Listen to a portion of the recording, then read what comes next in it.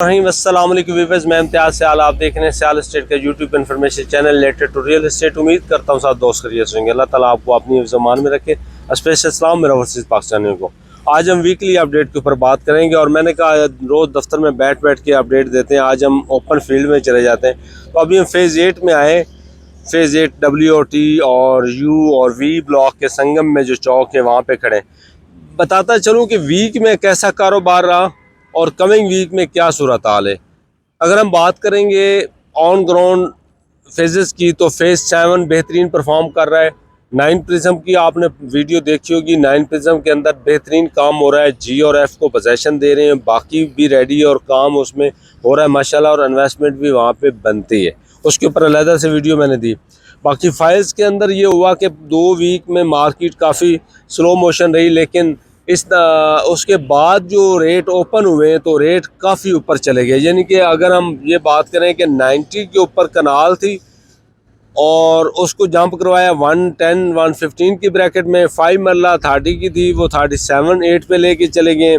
और 8 मरला कोई तकरीबन आप ये कह लें कि 38-9 में मिल जाती थी, वो उसको 47 के ऊपर ले गए। 10 मरला को 65 पे ले गए, जो कि 50 की थी। यानी कि 15 लाख उसमें इजाफा, 8 लाख 5 मरला में इजाफा, 10-12 लाख रुपए 8 मरला में इजाफा।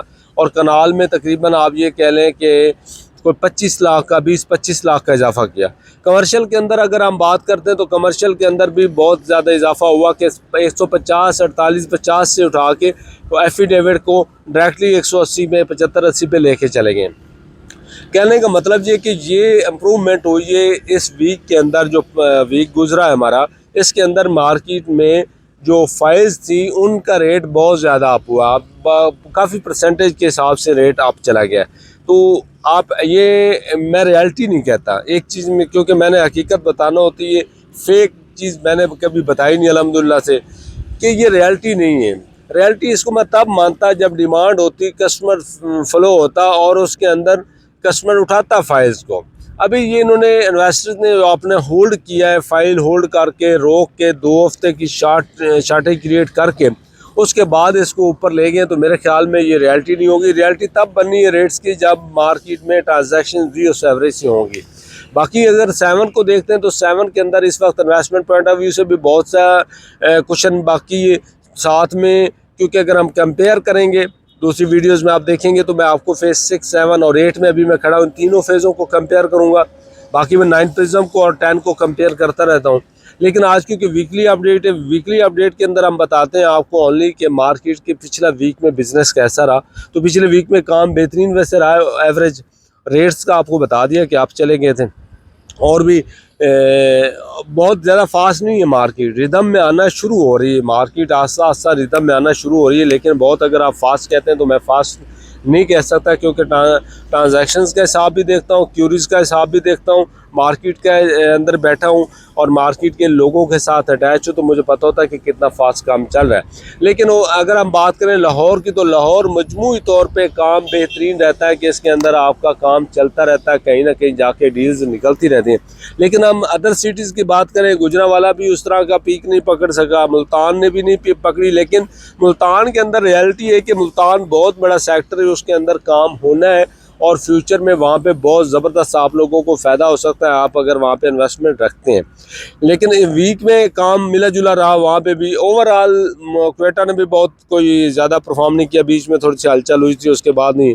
तो मजमूई तौर पे आप अगर बात करते हैं शॉर्टली वीडियो में, अगर हम बताता चलूँ कि इस वीक में और आने वाले वीक में यही तवक्को है कि जिस तरह चल रहा है मार्केट उसी तरह चलती रही जब तक इलेक्शन अनाउंस नहीं हो जाते कौन सी डेट है। उसके बाद हमें नई गवर्नमेंट से तवक्कुआत है कि नई गवर्नमेंट जो भी आती है उसमें इंशाल्लाह बेहतरी की उम्मीद है कि गवर्नमेंट सेटल गवर्नमेंट होगी, 5 ईयर्स के लिए आएगी, उसका मैंडेट होगा, कोई भी डिसीजन लेती तो उसमें उम्मीद है फ़ायदा रहेगा। डॉलर्स वगैरह के ऊपर मैं डिपेंड नहीं करता, बहुत ज़्यादा डिपेंड नहीं करता, ये आर्जी चीज़ें होती हैं।